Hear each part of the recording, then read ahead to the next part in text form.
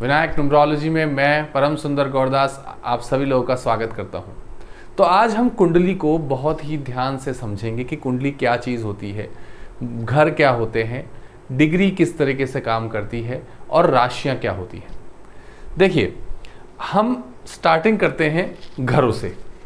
ये है हमारा प्रथम घर यानी फर्स्ट हाउस किसे कहते हैं, इसे लग्न भाव भी कहते हैं। First house, second house, third house, fourth house, fifth house, sixth house, seventh house, eighth house, ninth house, 10th house, 11th और 12th हाउस। कुंडली के ये जो 12 भाव हैं, ये 12 भाव जो हैं ये अलग अलग क्षेत्रों को दर्शाते हैं। इन 12 भावों से हमें अपने बारे में, किसी भी जातक के बारे में, किसी भी व्यक्ति के बारे में उसकी पूरी परिस्थितियों का पता चलता है। अब हम इसे बहुत ही ध्यान से समझेंगे कि कुंडली का कौन सा भाव किस चीज़ को दर्शाता है। देखिए, कुंडली का जो प्रथम भाव है यानी फर्स्ट हाउस, जहाँ पे 1 लिखा हुआ है, जिसे हम लग्न भी कहते हैं, ये फर्स्ट हाउस कुंडली का फर्स्ट हाउस है। कुंडली का यह हाउस जो है वो स्वयं को दर्शाता है, स्वयं के बारे में बताता है, स्वयं की सोच के बारे में बताता है, स्वयं की परिस्थितियों के बारे में बताता है।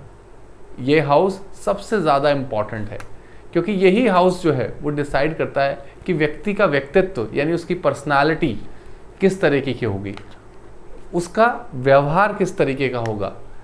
ये कुंडली का लगन जो है वो व्यक्ति की आने वाला समय जो है वो भी दर्शाता है कि अगर किसी व्यक्ति का लग्न स्ट्रांग होता है तो डेफिनेटली जो है वो व्यक्ति जो है वो अपने कार्य क्षेत्र में बहुत ही प्रभावशाली रहता है, उसे सफलता बहुत जल्दी मिलती है, उसके कार्य बहुत अच्छे से पूर्ण होते हैं।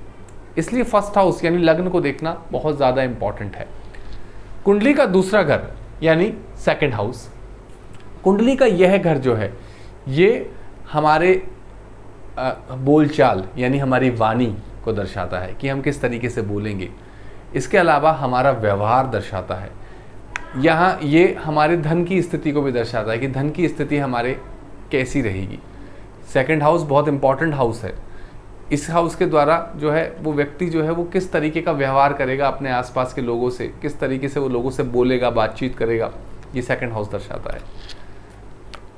कुंडली का थर्ड हाउस छोटी यात्राओं को दर्शाता है। इसके अलावा छोटे भाई बहनों से किस तरीके से व्यवहार करेगा।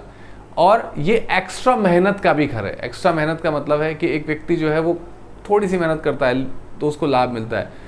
ये घर जो है वो बताता है कि उसको कितनी मेहनत करने की आवश्यकता है, वो कितनी मेहनत करके उसको कितनी सफलता मिलेगी, यानी एक एक्स्ट्रा एफर्ट्स भी जो है वो कुंडली का ये घर दर्शाता है। अब हम चलते हैं कुंडली के चौथे घर पे। चौथा house, fourth house. Fourth house जो है वो माँ को दर्शाता है, सुख सुविधाओं को दर्शाता है, गाड़ी, बंगला, मकान, इन सब चीज़ों का घर फोर्थ हाउस है। यदि आपको ये आसानी से प्राप्त हो जाएंगे या नहीं होंगे, क्या आपको सभी तरह के वैभव या सुख ईजिली मिल जाएंगे या नहीं मिलेंगे, ये सब फोर्थ हाउस से हमें पता चलता है। फिफ्थ हाउस, जे 5 जहाँ लिखा हुआ है, फिफ्थ हाउस इसे हम कहते हैं। फिफ्थ हाउस जो है वो दर्शाता है कि हमारा शिक्षा, हमारी एजुकेशन किस तरीके की होगी, हम कितने, हमारी एजुकेशन में कोई रुकावटें तो नहीं है, कोई प्रॉब्लम्स तो नहीं है, हम उच्च शिक्षा ले पाएंगे कि नहीं ले पाएंगे, या हमारी शिक्षा का स्तर किस तरीके का रहेगा, वो फिफ्थ हाउस से हमें पता चलता है। इसके अलावा फिफ्थ हाउस जो है वो लव अफेयर्स, यानी हमारे लव अफेयर्स रहेंगे या हमारी लव मैरिज होगी, अरेंज मैरिज होगी, वो भी हमें फिफ्थ हाउस से पता चलता है। बात करते हैं सिक्स्थ हाउस की। सिक्स्थ हाउस को अच्छा घर नहीं माना जाता।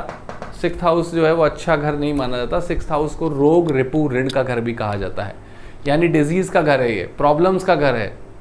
जो गलत सिचुएशंस होती हैं, प्रॉब्लम्स होती हैं, वो इस घर से हम देखते हैं। इसके अलावा नौकरी का घर भी ये, कंपटीशन एग्ज़ाम्स का घर भी ये कहा जाता है कि हम अगर कंपटीशन एग्ज़ाम्स देंगे तो हम उसमें सफल होंगे कि नहीं होंगे, हमें ईजिली जो है वो सफलता मिलेगी कि नहीं मिलेगी, वो भी हम सिक्स्थ हाउस से देखते हैं। सेवन्थ हाउस स्पाउस का हाउस है। स्पाउस यानी आपकी पत्नी का हाउस है। पति के लिए पत्नी और पत्नी के लिए पति का हाउस जो है वो सेवन्थ हाउस से हमें देखा जा सकता है। इसके अलावा एट्थ हाउस जो है वो गहन खोज का हाउस है। गहन खोज यानी रिसर्च का हाउस है। इसके अलावा अगर कोई व्यक्ति ज्योतिष में, तंत्र में वो कितनी प्रगति करेगा, वो भी हम 8th हाउस से हम देखते हैं। 9th हाउस पिता का घर कहा जाता है। इसके अलावा भाग्य का स्थान भी, यानी हमारा भाग्य किस तरीके का, हमारा भाग्य हमारा साथ देगा कि नहीं देगा, भाग्य हमारा कितना प्रबल है, वो भी हमें 9th हाउस से पता चलता है। 10th हाउस 10वां घर। देखिए ये 1st house, 4th house, 7th house और 10th हाउस ये केंद्र कहे जाते हैं, इन्हें केंद्र बोलते हैं। केंद्र, केंद्र। First house, 4th house, 7th house और 10th हाउस ये केंद्र के घर कहे जाते हैं। और यदि 10th हाउस जो है वो हमारे प्रोफेशन का हाउस है कि हम कौन सा प्रोफेशन चुनेंगे, किस प्रोफेशन में हम आगे बढ़ेंगे, वो प्रोफेशन हमारे लिए किस तरीके से हेल्पफुल रहेगा, वो हम 10th हाउस से देखते हैं। 11th हाउस, यानी 10th हाउस में हमने जो प्रोफेशन चुना, हमने जो मेहनत करी, हमने जो कार्य किया, उससे हमें जो मिलने वाले लाभ हैं, उससे मिलने वाले जो प्रॉफिट्स हैं, वो हम 11th हाउस में देखते हैं।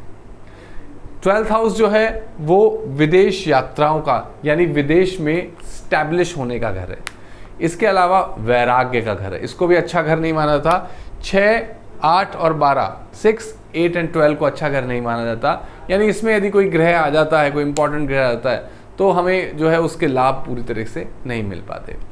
तो 12th हाउस भी जो है विदेश यात्राओं का घर है, वैराग्य का घर है। इसमें एक बहुत अच्छी चीज़ होती है, विदेश में सेटलमेंट जो है वो यही घर कराता है। यदि आपका अच्छे घर बैठे हैं, अच्छे प्लान्स बैठे हैं यहाँ पे, तो डेफिनेटली आपका विदेश में सेटलमेंट होगा। विदेश ही नहीं, किसी, मानिए आप अपने जन्म स्थान पे नहीं रह पाएंगे, आप किसी और जगह पे रहेंगे। इसके अलावा एक बहुत इंपॉर्टेंट चीज़ भी हम देखते हैं कुंडली में, वो है डिग्री। आपने अक्सर देखा होगा कि जब भी कोई प्लैनेट होता है, यानी कोई प्लैनेट किसी भी घर में होता है, तो उसके पास कुछ डिग्री लिखी रहती है, 5, 6, 7, 8 इस तरीके से कुछ डिग्री लेती है। तो इस डिग्री का अर्थ क्या होता है? इस डिग्री का अर्थ ये होता है कि उस प्लैनेट में कितनी ताकत है, कि उस प्लैनेट में जो ताकत है उससे कितना रिजल्ट मिलेगा। तो यदि प्लैनेट के पास, मान लीजिए हम थोड़े से एग्जाम्पल के साथ समझते हैं, मान लीजिए यहाँ पे मंगल है और मंगल के पास जो है वो 6 डिग्री लिखा हुआ, 6 डिग्री, यहाँ पे ऐसे 6 बना हुआ है, 6 डिग्री। तो इसका मतलब ये समझिए कि 0 से 6 डिग्री तक कोई भी ग्रह जो होता है वो बाल अवस्था में होता है और वो अपनी ऊर्जा का 25% रिजल्ट देता है, यानी 1/4 रिजल्ट वो देता है। यदि वहाँ पे 6 से 12, यदि यहाँ पे 6 से 12 होगा तो युवा अवस्था होगी उस ग्रह की और वो 50% रिजल्ट देगा। इसी तरह यदि 12 से 18 हुआ तो पूर्ण युवा अवस्था वो 100% रिजल्ट देगा। यदि यहाँ पे जो है वो 18 से लेकर 24 तक हुआ तो प्रौढ़ अवस्था वो 50% रिजल्ट जो है वो ग्रह देगा। और यदि 24 से 30 डिग्री है तो वो वृद्ध अवस्था यानी फिर 25% रिजल्ट देगा। तो इस तरीके से हम ये जान सकते हैं कि ग्रह जो है वो किस प्रकार और कैसे रिजल्ट देंगे। देखिए केंद्र जो है, केंद्र के अलावा ये 10th हाउस हो गया। केंद्र के अलावा जो है वो त्रिकोण भी इंपॉर्टेंट है। त्रिकोण कौन कौन से हैं? 5th हाउस त्रिकोण माना जाता है, 9th हाउस को भी हम त्रिकोण कहते हैं,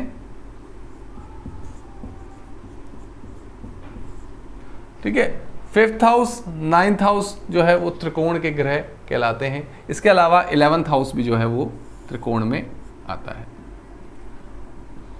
तो जब ग्रह केंद्र में अगर हमारे सबसे ज़्यादा ग्रह होते हैं तो इसका मतलब ये हुआ कि हमारी जो चांसेस हैं, जो कुंडली भी 3 अवस्थाओं में होती है कि ये प्रबल कुंडली मानी जाती है। त्रिकोण में जो ग्रह होते हैं तो भी उसे जो है वो लाभदायक होते हैं जातक के लिए।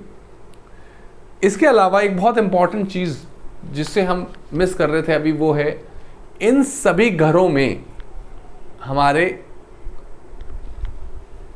राशियां होती हैं, 12 राशियां ट्रैवल करती हैं। तो दोस्तों ये 12 राशियां कौन सी राशियां हैं? 12 राशियां हैं मेष, वृष, मिथुन, कर्क, सिंह, कन्या, तुला, वृश्चिक, धनु, मकर, कुंभ और मीन। इन 12 राशियों के अपने अपने स्वामी, ग्रह स्वामी हैं। जैसे मेष का स्वामी जो है वो मंगल है।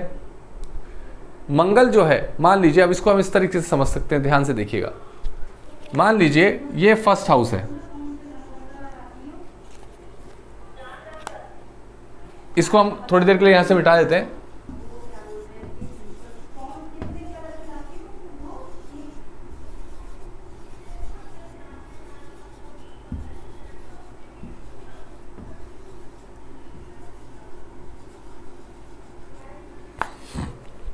मान लीजिए यहां पे 3 लिखा हुआ है,